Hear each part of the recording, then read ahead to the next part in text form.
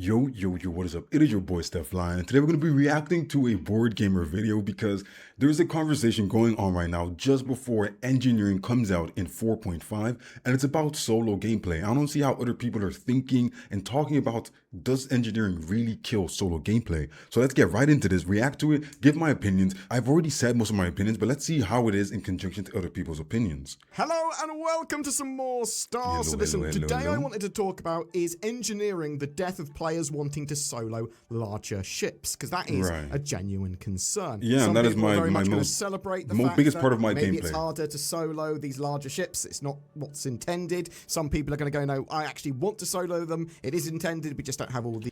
I think you should be able to solo certain ships to a certain point. With what we have in the game right now, I do believe there should be a level of you can't solo things right now. Maybe later on, closer to 1.0, when we have other things in place to help you solo things. But right now, it shouldn't really be that possible, you know? The gameplay features yet. Something that is undeniable, though, is Star Citizen patch 4.5 is out to all waves on the PTU, so you can try it now. With it comes engineering, and CIG have talked a lot about this. I want to talk about the latest Inside Star Citizen engineering video that CIG put out, as well as some updates to engineering that are in the latest 4.5 build, and try and answer the question, or address it in some way.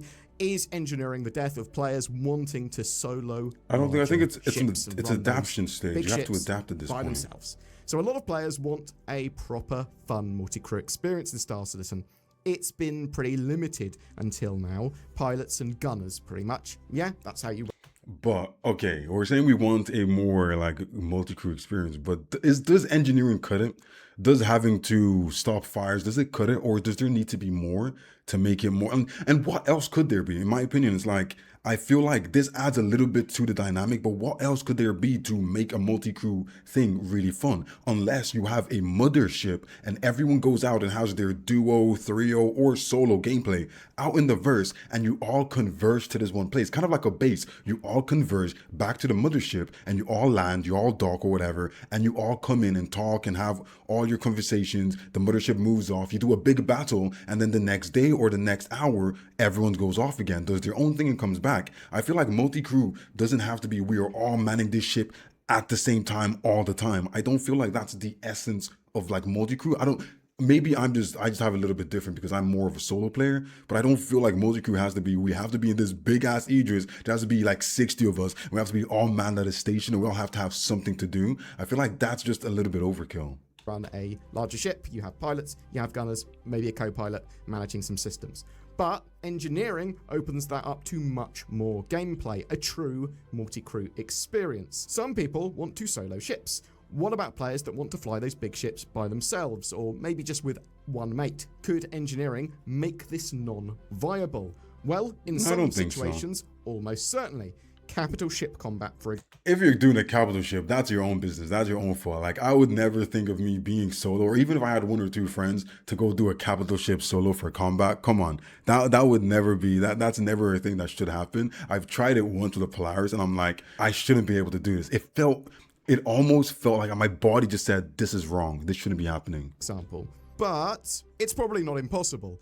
Big ships are going to be harder to manage, yes. In combat, they are going to be much less effective without crew to man weapons, manage systems, control damage. But as I said, it's not impossible, and CIG have made a lot more weapons controlled by the pilot on a lot of ships. See, now, that's the thing, in the future, there's going to be a variety not impossible. I like the fact that it's not impossible. Yes, it's going to be very hard, but it's not impossible. So if you want to do it, just adapt. You have to adapt. There's a level of adaptation that everyone needs to think about and actually do, you know? Blades that will give you some choice of AI blades. Exactly. That's going to make ships much easier to run solo or with smaller crews. Beyond that as well, there's going to be NPC crews that you can hire, and a mixture of those will allow you to control a capital ship. See, this is the thing. I feel like this is like a similar situation. Like, I haven't been here for many situations, but I feel like this is a similar situation to when they were bringing in, is it are we on tier 0 right now? Item reclaiming, right? Item recovery is here, and people were pissed about it. And it turns out that it's not that bad. I feel like it's another one of those situations where it's like, you don't necessarily have to be so fixated on what it's going to be when it launches. Think about what it's going to be and what it's going to evolve to further down the line, closer to 1.0. Because if you think about it, tier 1 right now, it's annoying. I don't like it. I don't like the fact that it makes the game feel easier. It feels like, oh, I died, there's no repercussion. My ship gets destroyed, I reclaim it. I die, I keep my armor. I feel like that's a little bit overkill. But I know in the future, when we get to tier 0, I need to make provisions so I can get these things back. I need to get insurance. I need to make sure I don't die when I'm out there. And when we get 1.0, if my ship gets destroyed and I don't have insurance, I have to go buy a new ship. I have to go craft a ship. These are the things that it's like in the future. And I feel like people are really fixated on this is how it's going to launch right now. And they're thinking in their head, they're making a scenario where it's like, that's it forever. It's in stone, like nothing's going to change. And I feel like there's a lot of room to change, and there's a lot of things that's going to change, you know? That's one of the main reasons why I'm not so annoyed, or I'm not like, oh my God, so worried, because I'm like, hey, look, I'm going to adapt to what it is now. And when it starts to change and it starts to become different, I'm going to adapt again, you know? Maybe not as well as a good human crew, but maybe better than a silly human crew. Also, solo players can, join an org. There are plenty of orgs, but it shouldn't have to have. Constantly. You can find an org that's perfect for you. Almost. I feel like you don't have to. Like, if you want to be off grid, you don't want to be on an org. I feel like you should have that opportunity to do so. I don't like saying when people say that as the viable option. That's not a viable option. Some people don't even want to even think about that. You can crew someone else's ship, or you can have players crew yours. You could also go, I'm going to use a different ship that is more solo friendly, like the Drake Clipper or any single-seater ship. And there's a lot of medium-sized ships that the pilot has pretty much full control over most of the ships, if not all of the ship's weapons. And I think it's quite likely that CIG are going to bring out more and more ships that are focused on a solo player and have more and more function to the role that you want. But I do want to talk about, and that's what it is in the future. More ships are coming, now, because it's not all bad news, and you might still want to run a big ship solo. Fortunately, the tech preview tests and current PTU phase have evolved engineering a lot. CIG are going down the route of extending the lifetime of ships in combat and not having engineering as a constant annoyance. They needed a full rebalance of all items, ships, weapons, which is still ongoing. Part of that appears to be shorter effective range of ship weapons as well. So combat-wise with... Wait, ship weapons are being nerfed? The distance is being nerfed? Ain't no way. Wait, so it's normally it's like 3.5k right now.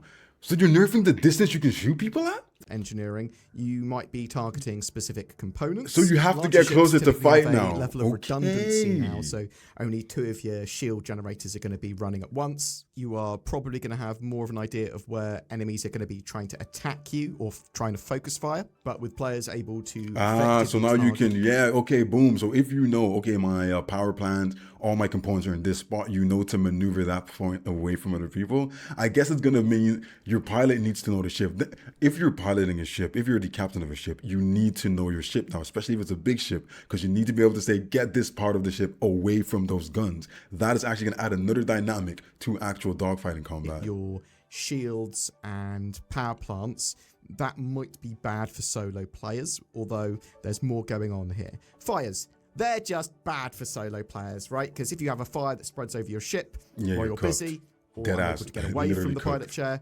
well, that's not great. You're going to have your oxygen being consumed. The ship's going to be getting hotter. The oxygen thing is really like, how does this oxygen thing work? Because, bro, if my ship runs out of oxygen and I have no oxygen, I have to rely on my suit. Oh, it's over. It's over. You're going to be getting hotter. Not ideal. Fuses and relays are effectively targetable components and also will blow during combat. Now, they're not as bad as they used to be when the earlier versions of engineering were being tested. Now, instead of just basically cutting off power to the section of ship that the relay and fuse is attached to, it just lowers your power output when you lose a relay. So you'll want to keep fuses restocked. There's also wear and repair, which is meh. It's something you're going to need to consider as you sort of use your components. They will wear down and they're not going to be as repairable. And if they get too hot and so when you're like, okay, so it's gonna be on a thing, like in games where if you repair something on certain amount of times, they go from like 100% repairability to like maybe 95% durability, and if you repair it like 10 more times, that becomes 90% durability.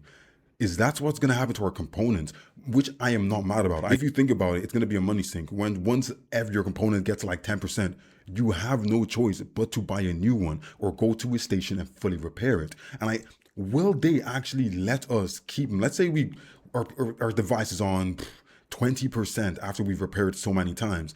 If we go back to a station, we land on a landing pad or we land in the hangar, will they let us repair that to 100%, or will it only repair our ship to that 20%? So that component only gets repaired to 20%, and you still have to buy a new one at some point. Is that going to be a thing that they add where it's like you're never just going to be safe and say, yep, I'm just going to go back to a hangar, repair my ship, everything's at 100%. It's going to be a money sink that you are going to have to spend. It's going to be a thing that you're going to lock us down to, or give us the option to go back to the station and repair this to 100%. That's actually a very, very valid question. Eventually, you're going to have to change them and swap them out. Solo players basically lose the ability to do that on the fly while fighting, right? Armor. Now, armor's really good for solo players, I think, because big ships won't be able to be beaten by a couple of light fighters, right? Armor, really, really good. There's a level of penetration as well that weapons have, and on a big ship with a load of armor, small fighters, size 3 weapons and below,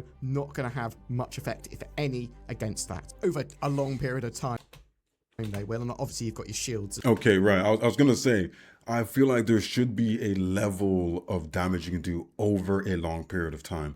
He said it there, over a long period of time, it is viable, because that's the thing. I feel like a small ship should at some point be able to heat up 1 or 2 components or burn something, you know? If it had the 0 effect, that's gonna be annoying to me. But I feel like if you have 4 or 5 light fighters or medium fighters, you should be able to do damage over a long period of time. So it's about, can you survive out there against this big ship for long enough to do some damage? And if it works over a long period of time, that is okay.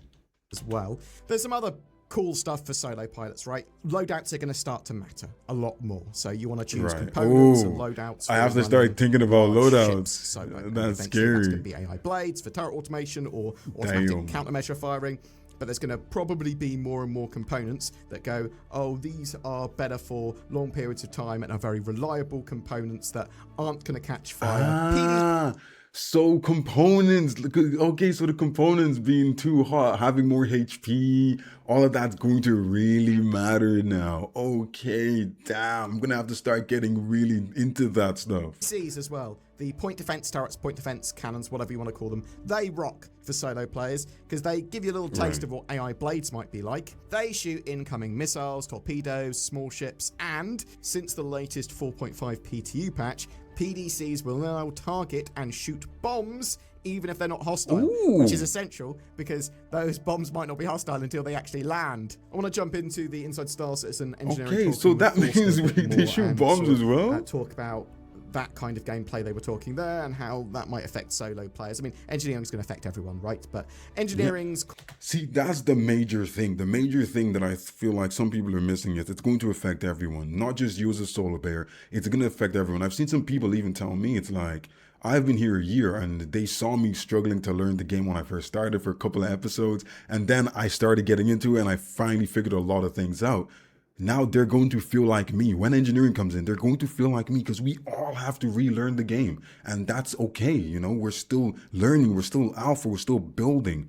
Learning the game again is always going to be fun, and it's going to give you, like, think about it. If you've been playing the game or testing the game for 10, 13 odd years, and now they're bringing something that's going to make you have to learn the game again, aren't you happy? So you don't get bored. Like, you don't get bored, and you don't need to have all these new story-driven things to have fun in the game again or to learn something new. You can learn new things now, still playing the game with new features like this. I feel like the new features are really good to keep your brain turning. I want my brain to keep turning. I want to learn something new. I want to have a new difficulty, something else I have to worry about. That's the kind of game I was looking for, and that's what Star Citizen is giving to me, so I'm happy about it. Core direction has changed. All the intentions and bits of what you previously have seen tested or talked about for engineering, for the most part, are the same. However, the new direction for engineering, as we said earlier, is to extend the lifespan of your ship during missions and combat, but not cause your life to be miserable. It's not essential to have engineers on board, but it is preferable.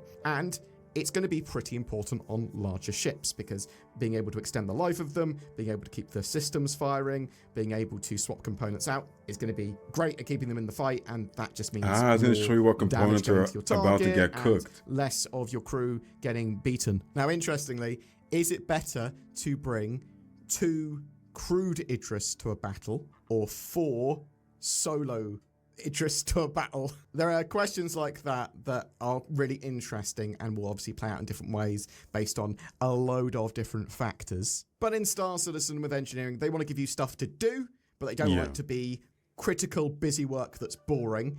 And if you don't have a dedicated engineer, they don't want it to be like GG. They have chosen to move away from gameplay that is overly punishing, as they want players to have fun. There's a balance between fun and punishing, and I feel like we have to be almost more on the punishing side, because the punishing side will make you have more fun while doing the fun things, because you're going to be thinking more. I like Souls-like games. That's what I play. That's what I grew up on. So it's like those games were punishing. They were very, very punishing, and I like that. So I feel like we have to be a little bit more on the punishing side, but that could just be me, you know? They want players to not get like one shot or be in a situation where their ship catches fire in an unmanageable way every time they enter combat. Engineering does tie into all elements of ship and vehicle gameplay and will affect all ships and is fundamentally game-changing. Now, there are some ways that you'll want to prepare for engineering, whether you're a solo player or not. If your ship has an interior, you will definitely want to buy fuses and RMC canisters and have yourself a repair tool. So you want to have putting fuses. vendors in spaceports and hangars, I think, as well. They sort of mentioned there. Store spare components and materials. What do they mean putting vendors where? You want on your ship as well. So if you've got cargo, got space for components and materials you think you're going to be in combat regularly, have some stored on your ship. Some ships don't have the ability to access their components to repair, because you'd have to go to where the component was and then point your repair tool at it and repair it with some RMC. But having the ability to repair components from the MFD is absolutely fantastic. I feel like RMC might start becoming expensive again. I think they're going to buff the price of RMC. Or would they buff it to make it harder for you to get it? Or would they nerf it so it's going to be more accessible to people, because you're going to need more of it now? Because I feel like if you're doing any sort of fight, you can just fight a life fighter or one of the really, really easy bounties, scrape them, and then now you have RMC to go on about your day. Like, that's what I would do. I would just get filled up, go around my day and just do it for free, kind of get paid doing it, to be honest. For single-seater fighters and things like that. I'm not sure if that is the intended long-term goal, though. Are they just saying that my ship has a charge of repair nanites, basically? It has some RMC on board and some little repair beams which can be used like once to repair so that I can get back to a station, right? It's supposed to be like only used once. How does that work? So what is actually repairing? Useful. If you do have a ship interior and access to those components, though, you'll potentially want to actively repair them. Now, if you are a solo player, you'll have to do that after combat or before combat, I suppose. But going to a component, going, oh, this one's damaged. You can see on your engineering terminals, this one's damaged. You might want to place it. You might want to just repair it with the repair tool. You can repair all components with the hand tool that you have access to, but size 3 components and larger will require stations if you want to replace them. Okay, so we can go to stations and the they'll idea of repairing replace components and damage control is that if you have large components. So you can do damage control on the smaller items, but stations can replace the items, which I'm guessing is smaller items, big items. Okay, so if you want to replace an item, you go, okay, so they're not going to force us to replace each component every time, but pay like 50K for a cooler every single time. It's going to be at the station. It can replace it for you. But then that's going to drive up the cost of repairing our ships. Components, larger ships, then more engineers are going to be better, because multiple engineers can try and repair the same thing. It can take some time. The gameplay there scales to the crew and ship size. So fortunately, with components and relays no longer completely disable an area of the ship that they were connected to. So bam, they get destroyed. You lose all your fuses in an area. You'll want to replace them because they're reducing the overall power available to your ship, which can effectively do a similar thing to knocking out systems, but you will be able to choose where to put the power, so you can actually have your sort of vital systems powered still, and all your doors aren't going to just stop working or anything like that. Previously, you'd have like a relay go down or your fuses go down, someone steal your fuses, and it would break and stun lock your ship. Managing fuses and relays and having spare fuses, filling the relay up, they're all good ideas, especially in solo play. Make sure you've got all your fuses sort of yeah, I'm gonna start buying fuses. It's not essential though. It's not essential anymore to have them repaired to 100% all the time. Firefighting is super important though. Fires generate heat, eat up oxygen, damage components and players. Components getting hit can cause a fire. Lasers being more effective at that. Ballistics can still do it though. Running your okay, see, when we were all talking about engineering, talking about stuff like armor, it was a whole conversation of, oh, ballistics are gonna be OP. Hey, yo, ballistics are ballistics. I was like, what about lasers, gang? I like lasers, you know what I'm saying? I like the attritions, I like the repeaters, the bulldogs, the rhinos, all of that, you feel me? I was like, what about the lasers? But now they give lasers a role. If you're trying to set someone's ship on fire, you need lasers. That is good. So at least they didn't just leave it out and make it pointless, you know? Ship too hot due to other fires or not enough cooling can cause fire. Using fire extinguishers can cool items, so it will actually reduce the temperature and put out fires. You can purchase fire extinguishers separately. You can actually cool stuff with it then. Most ship interiors, and they can be charged on the docks that they came out of. You can also open doors into space to vent atmosphere and put out a fire, but remember, you need oxygen too. For the 4.5 release, around 80 ships are fully engineering ready, 30 are partly ready, but all ships are able to function with the new engineering systems. 4.5 is going to be live before the end of December, I'm assuming mid-December. More updates and improvements should be coming with 4.5 and engineering during the PTU and beyond. Engineering will evolve more over time. With that in mind, will definitely evolve. PTU patch, there were some engineering and fire gameplay updates. So with wear and tear, there's an updated chance for critical part explosion to 20% and updated AI to reflect AI-specific explosion behavior, which will help with ship combat missions. They've brought up shield health and regen to match the damage of weapons. They've increased repair tool repair rate. They've increased the amount of damage fuses take. They've reduced armor resistance modifiers back down to 0.85. They've updated fire extinguishers in the Carrack, Medivac, Reliance, and MPUV. They've temporarily disabled additional engineering screens in the Polaris and Perseus until multiple are supported. And finally, they said shops will... So there's, wait, in a huge ass ship like that, there's only one engineering screen to disable the rest of them?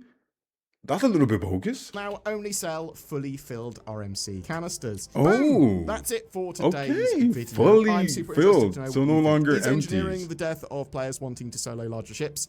I don't think so. No, it's not. Yeah, I don't even think now, so. And in the future, there is going to be more ways of doing that. You're going to be using AI blades. You're going to be using NPC crew. Now, I do also think that it is intended for larger ships to be crewed by players or NPCs. Yeah. So running them Most solo definitely. and wanting to run them solo It's not the crew idea. in the future, I don't think is the most sensible way of doing it. You probably could get away with it, but you're going to be a lot less effective than a crewed ship. How much less effective? Is it better to bring a solo capital ship and loads of fighters with it or something? I don't know. It's going to be horrible though if you get boarded, right? So that's exactly. That, there's so much to think about, and it's realistic. It's realistic, solo right? Players on a capital ship, if they get boarded even by just a couple of players, well then it's 2-1, and they can just sabotage your ship. But that's nothing new. That's basically what it was like anyway. It's just, I suppose, it's going to get more and more viable to board other people's ships, either to loot them or to capture them. No, I understand that, because at the end of the day, like it's the same thing. People are doing things like that now, and it's gonna get worse. And think about any game. Let's say you have a tank, right? You have a tank in GTA Online. You're going around. If 4 people come with the freaking hover bikes, you're cooked. It doesn't matter. You're cooked because they're meeting you at an equal level and an equal standing point. Same thing in MMORPGs. You can be the best, have the best build for PvP. You go to a PvP zone. If you get jumped by 3 people who also have nice builds, you're gonna get cooked. It doesn't matter what you do. So I feel like solo players get comfortable. Like, I'm a solo player, but I've always mainly done PvP on other games. So I'm like, I don't get comfortable. You're not allowed to get comfortable. It doesn't matter what happens. You can't get comfortable. And I feel like a lot of people have become comfortable, and they're being comfortable in these big ships, and they feel like they're untouchable because you have these big ships, and they want to do it alone. They want to big dick us. You know what I'm saying? Like, yeah, I'm gonna be solo, and I'm gonna be better than you, stronger than you, and ain't nothing you can do. Now I was like, all right, boom, I'll just board you and take your fuses out. What are you gonna do now, gang? Like, you're cooked. And like, that's the thing, is like, it gives people the chance to do things. It gives when you have more players, you should be stronger. That's all it is. At the end of the day, if you have more players, you should be stronger. If you're going to a combat fight against 4 other ships that are medium sized or large size, and you're in a capital ship, it doesn't matter. You're going to struggle a little bit, and if they board you, if they destroy one of your components, you're going to struggle. It should be like that. I'm not mad at it. And yeah, is it going to be a little bit ass for people like me if I have smaller ships? Right now, my biggest ship is the C1 Spirit. Yeah, it's going to be a little bit annoying, but it's like, I can adapt. I can learn to do better. And I feel like people need to get out of the comfort zone. Stop being comfortable. You know things are gonna change. Be okay with things changing, you know? And that's just how I feel about it. And yeah, I'm worried about it. I'm definitely a little bit nervous. But it's a thing that I have to come, and when it gets here, I have to take it head on, and I have to adapt and do it. So let me know what you guys think. Let me know what you guys think. But I feel like there's a lot of like mixed feelings around there, and I'm like, there shouldn't be. It should be straightforward. We have to adapt. We have to give feedback, because now it's coming into the regular like population of players. We can give feedback. They'll change things. They'll update things and make it easier, make it harder, whatever needs to be done to make it appeasable and palatable for everyone at some point, from like some way, some shape, some form, you know? So yeah, let me know what you guys think. Don't forget, if you like this reaction, this was a board gamer video I reacted to, so make sure to go check out his channel as well. And if you like my little bit of opinion here and there, you know what I'm saying, like, subscribe, join the party, and I'll see you guys on the next one.